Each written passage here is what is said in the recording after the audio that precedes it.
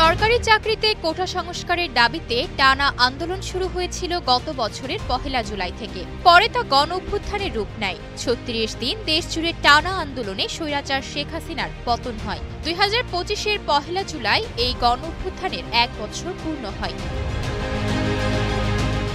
সে উপলক্ষে গণ অভ্যুত্থান ২০২৪ জাতীয় ঐক্য ও গণতান্ত্রিক অভিযাত্রা শীর্ষক এক আলোচনা সভার আয়োজন করে বিএনপি।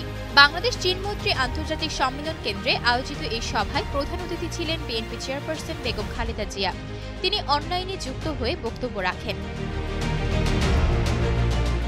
সরকার থেকে শহীদ পরিবারগুলোর খোঁজখবর নেওয়া হয় না, গুম কমিশনে অভিযোগ জমা দেওয়ার পরও কমিশনের কাজের গতি নেই, এমন নানা সব অভিযোগ সামনে এনে জুলাই অভ্যুত্থানে শহীদ আহতসহ বিগত সরকারের আমলে গুম খুন নির্যাতনের শিকার ব্যক্তিদের পরিবারের সদস্যরা বক্তব্য দেন।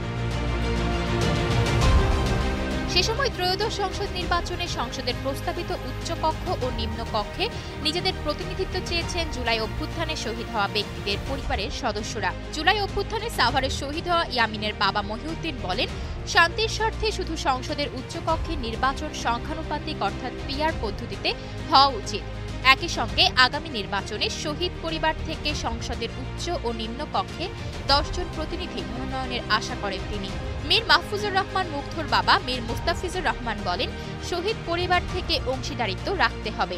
রংপুরে শহীদ আবু সাইদের ভাই রমজান আলী বলেন, আবু সাইদ যদি বুক পেতে না দাঁড়াতো দেশের পরিস্থিতিতে পরিবর্তন এত সহজ হয়ে আসতো না। আবু সাইদ গুলির সামনে বুক পাতিয়ে সকল পেশাজীবী দলমত নির্বিশেষে সবাইকে সাহস জুগিয়েছিল। সরকার থেকে শহীদ পরিবারগুলোর খোঁজ খবর নেওয়া হয় না বলে সভায় অভিযোগ করেন জুলাই অভ্যুত্থানে উত্তরায় শহীদ হওয়া আব্দুল্লাহ বিন জাহিদের মা ফাতেমাতুজ জোহরা। আয়শা অর্থী, নিউজ ডেস্ক, গ্লোবাল টেলিভিশন।